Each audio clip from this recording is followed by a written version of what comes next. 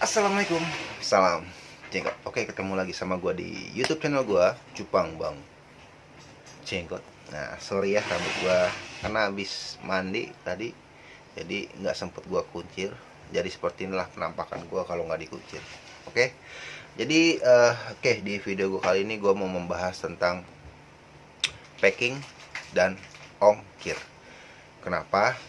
Ya, karena banyak sekali DM-DM yang masuk, bukan ke gua doang ya, pasti ke para seller yang lain juga pasti masuk DM seperti ini. Misalkan gini, kita habis lelang live atau kita habis posting di feed, untuk menindaklanjuti transaksi tersebut kita pasti DM-DM-an untuk minta nama, alamat, data lah pokoknya ya.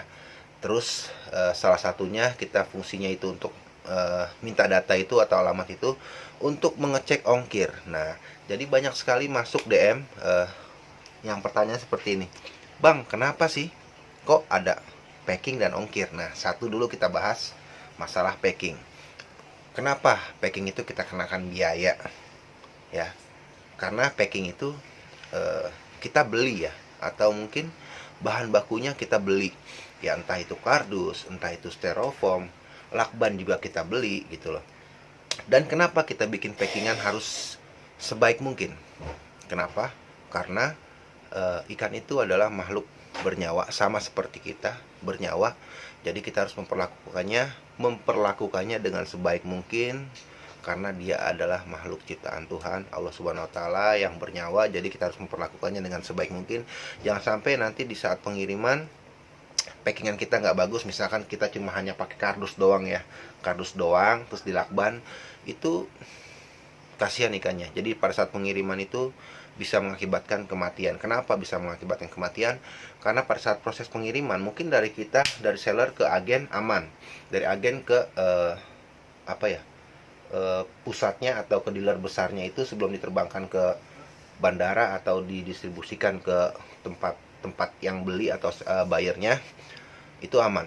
Tapi di saat pendistribusiannya itu, jadi kurir itu kan nggak semuanya pakai mobil, kadang ada yang pakai motor, jadi kepanasan. Nah, di saat kepanasan itulah itu yang bisa mengakibatkan ikan kematian, kematian pada ikan ya. Jadi itulah fungsinya kita bikin atau kita packing ikan itu sebaik mungkin, serapih mungkin, supaya suhu di dalam packingan kita itu, suhu ikan itu, suhu airnya itu di dalam packingan kita itu stabil, nggak berubah, nggak kepanasan karena teriknya matahari di saat kurir mengirim pakai motor. Nah, jadi seperti itu kawan-kawan. Nah, contohnya gue pakai packingan seperti ini. Ini adalah styrofoam ya, untuk kirim 2 ikan ya, 2 ikan.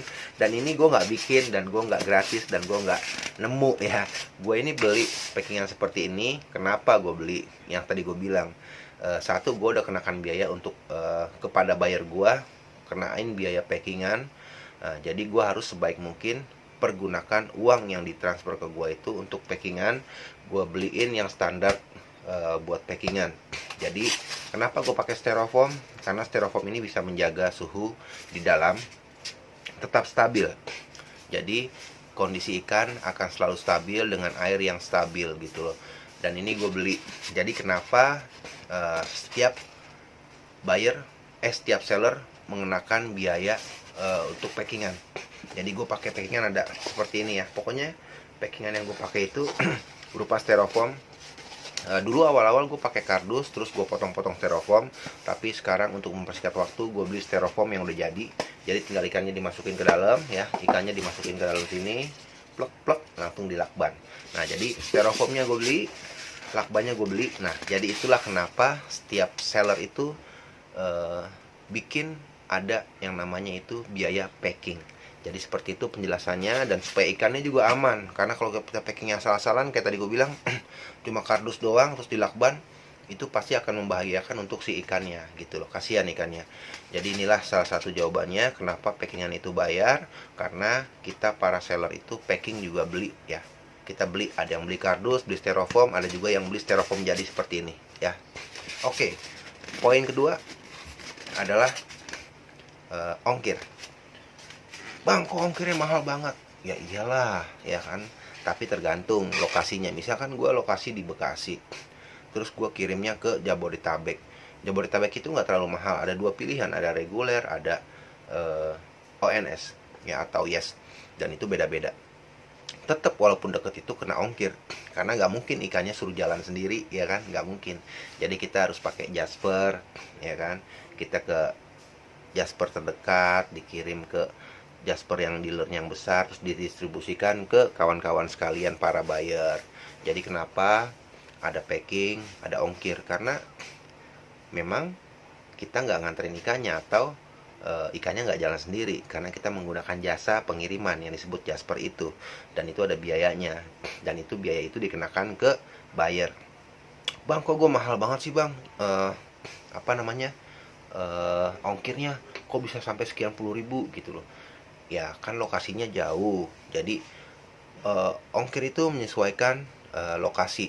Misalkan dari sellernya di mana, bayarnya di mana. Misalkan dari gua di Bekasi dan gua kirim ke Aceh, kan nggak mungkin kan gua nganterin ke Aceh, jadi gua menggunakan jasa pengiriman. Nah, dari Bekasi ke Aceh itu memang agak mahal ongkirnya, karena dia pakai pesawat ya kan.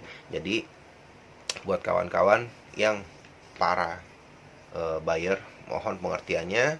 Memang untuk dua hal ini, masalah biaya packing dan biaya ongkir itu memang uh, ada atau dikenakan gitu loh, dan dikenakannya ke para buyer, karena kita menjual ikannya aja dan kita hanya memfasilitasi pengirimannya, packingnya. Jadi kawan-kawan para seller, para buyer transfer ke kita, dan kita yang packing, kita yang kirim gitu loh. Jadi kawan-kawan tinggal terima aja, nanti di rumah ikannya sudah sampai, seperti itu.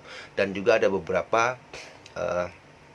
poin, bukan poin ya, ada beberapa daerah yang memang mengharuskan pakai karantina ya, tapi nggak semua daerah pakai karantina. Tapi yang gue bahas kali ini cuma packing dan ongkir. Jadi seperti itu kurang lebih penjelasannya kawan-kawan ya. Jadi memang ada biaya packing dan biaya ongkir. Jadi buat kawan-kawan para buyer, mohon pengertiannya. Jadi seperti itulah kurang lebih penjelasan dari saya. Mungkin nanti kita akan ketemu lagi untuk next penjelasannya tentang karantina atau tentang hal yang lain lagi. Atau kalau kawan-kawan pengen ada sedikit penjelasan atau apapun yang mau ditanyakan, atau bang bikin video ini, komen di kolom komen bawah ya. Insya Allah kalau emang gue bisa atau gue bisa menjawab, bakal gue bikin videonya. Jadi buat kawan-kawan para seller, tetap semangat, karena kita sama-sama ya ingin memajukan pencupang Indonesia dan ingin memeratakan ke seluruh Indonesia bahwa ikan cupang itu ya bisa dinikmati walaupun itu ke pelosok-pelosok ya. Contohnya gue ada beberapa hari yang lalu ya, kemarin lah, ada beberapa yang bulan yang lalu juga gue udah ngirim ke Papua, karena memang di Papua itu mungkin para sellernya masih agak terlalu dikit. Jadi banyak orang-orang yang di pedalaman kayak Papua, di Palu segala macam tuh banyak order yang ke Jakarta atau Bekasi atau Tangerang atau ke pulau-pulau lainnya kayak ke Medan, ke Lampung. Jadi seperti itu, mudah-mudahan cupang kedepannya bisa merata. Oke, jadi kurang lebih seperti itu aja pembahasan gue kali ini tentang ongkir dan packing. Kenapa ada ongkir, kenapa ada packing, jadi penjelasannya seperti itu. Oke, jadi tetap semangat buat para buyer. Thank you yang udah mengerti kalau memang ongkir dan packing itu memang ada. Oke, jadi thank you. Sampai ketemu di video-video gue selanjutnya.